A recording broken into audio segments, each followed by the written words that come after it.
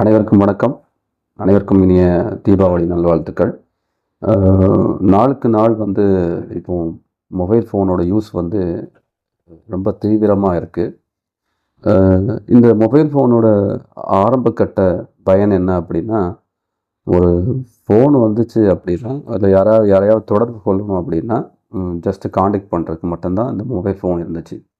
அது நம்ம எல்லாத்துக்கும் தெரியும்.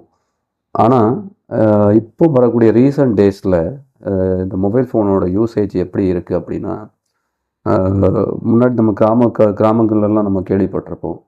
உள்ளுக்குள்ளே ஒன்று வச்சுக்கிட்டு வெளியே ஒன்று பேசுகிறாரு அப்படின்னு சொல்லுவாங்க. அதாவது போலித்தனமாக நடந்துக்கிறது, போலியான மனநிலையோடு இருக்கிறது. ஆனால் இப்போ வரக்கூடிய இந்த ஏஐ டெக்னாலஜி மூலமாக போலியான மனிதர்களை நம்ம பார்க்குறோம், வீடியோவில் பார்க்குறோம். போலியான மனிதர்கள். ஒரு சின்ன குழந்தை பேசும்போது பார்த்திங்க அப்படின்னா அவ்வளோ அழகாக பேசுது, தமிழ் பேசுது. அதை நம்ம வீட்டில் இருக்கக்கூடிய குழந்தைங்க அதை பார்க்குது. ஆனால் அதே குழந்தைங்க இன்னும் சொல்ல போகணும் அப்படின்னா, நம்ம வீட்டில் இருக்கக்கூடிய குழந்தைங்க ஒரு 3 வயசு வரைக்கும் பேசாமல் இருக்கக்கூடிய குழந்தைங்க 3 வயசுக்கு அப்புறமா பேசுங்க. ஆனால் அந்த வீடியோஸில் பார்த்தீங்க அப்படின்னா 1.5 வயசு 2 வயசுக்குள்ள இருக்கக்கூடிய குழந்தைங்க அவ்வளோ அழகாக தமிழ் பேசுகிற மாதிரி, வாட் எவர் லாங்குவேஜ் அந்த மாதிரி பேசுகிறத நம்ம பார்க்குறோம். இதில் என்ன டிஸ்அட்வான்டேஜ் அப்படின்னு நீங்கள் கேட்கலாம். இப்போ நம்ம வீட்டில் உள்ள குழந்தையும் அந்த வீடியோ பார்க்கும். அப்படி பார்க்கும்போது மேபி அந்த குழந்தைங்க பேசுது, நம்மளால் அது பேச முடியலை அப்படின்னு, இல்லை இன்னும் கொஞ்சம் வளர்ந்த குழந்தைங்க கூட இன்னும் இந்த அளவு நம்ம தெளிவாக பேசலை அப்படிங்கிற ஒரு தாழ்வு மனப்பான்மையை அது க்ரியேட் பண்ணுது. ஆனால் அது அந்த வீடியோ பார்த்திங்கன்னா உண்மையாகவே பேசினது இல்லை, அது ஒரு ஏஐ க்ரியேஷன். அது நமக்கு தெரியும், ஆனால் அந்த குழந்தைங்களுக்கு அது தெரியுமானா தெரியாது. இது நான் ஒரு சின்ன எக்ஸாம்பிளுக்கு தான் உங்களுக்கு சொல்கிறேன். இது ஒரு சின்ன எக்ஸாம்பிள். இன்னும் சொல்ல முடியாத அளவு கற்பனைக்கு எட்டாத ஏஐ க்ரியேஷன்ஸ் வீடியோ நம்ம பார்க்குறோம். அது சொல்லப்போனோம் அப்படின்னா பெரியவங்களால் கூட கண்டுபிடிக்க முடியாது அது ஏஐ க்ரியேஷனாக என்னன்ட்டு.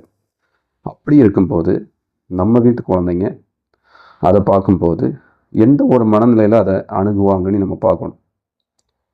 ஸோ நம்மளோட டெயின் ஃபவுண்டேஷனில் இந்த ஒரு ஆக்டிவிட்டியை நம்ம பண்ணுறோம். குழந்தைங்களை மொபைல் ஃபோன்லேருந்து தனியாக எடுத்துகிட்டு வரணும். அவங்களோட சோசியல் எஜுகேஷனை இம்ப்ரூவ் பண்ணணும். அவங்களோட ஃபிசிக்கல் ஆக்டிவிட்டியை இன்க்ரீஸ் பண்ணணும். எப்போவுமே மொபைல் ஃபோன்ஸாக இருக்கக்கூடிய அந்த குழந்தைங்களை டைவர்ட் பண்ணி அவங்களோட பிரெயின் கேப்பபிலிட்டியை கூட்டணும். இன்னும் சொல்ல போகணுன்னா சிந்திக்கக்கூடிய திறனே இல்லாமல் இருக்காங்க குழந்தைங்க. ஸோ எப்போ ஒரு ஃப்ரீ டைம் இருந்தால் கூட ஓடி போய் குழந்தைங்க அந்த மொபைல் ஃபோன்ஸை தான் எடுக்கிறாங்க. அப்படி எடுக்கும்போது என்ன ஆகுது அப்படின்னா, அவங்களுக்கு அந்த மொபைல் தாண்டி அவங்க யோசிக்க மாட்டேங்கிறாங்க. இந்த சின்ன வயசுலேயே சிந்திக்க திறன் கம்மியாச்சு அப்படின்னா வளர வளர அந்த குழந்தைங்களோட ஐக்யூ என்ன ஆகும்? ஏஐ முக்கியமாக இல்லை சில்ட்ரன்ஸோட ஐக்யூ முக்கியமானு வீட்டில் உள்ள பெரியவங்க தான் முடிவு பண்ணணும். நம்ம குழந்தைங்களோட ஃப்யூச்சரை நம்ம தான் பாதுகாக்கணும். அதுக்கு கூடிய மட்டும் மொபைல் ஃபோன்ஸ்லேருந்து குழந்தைங்கள தள்ளி வச்சு பழகணும்.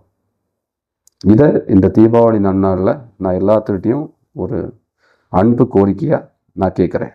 தேங்க்யூ.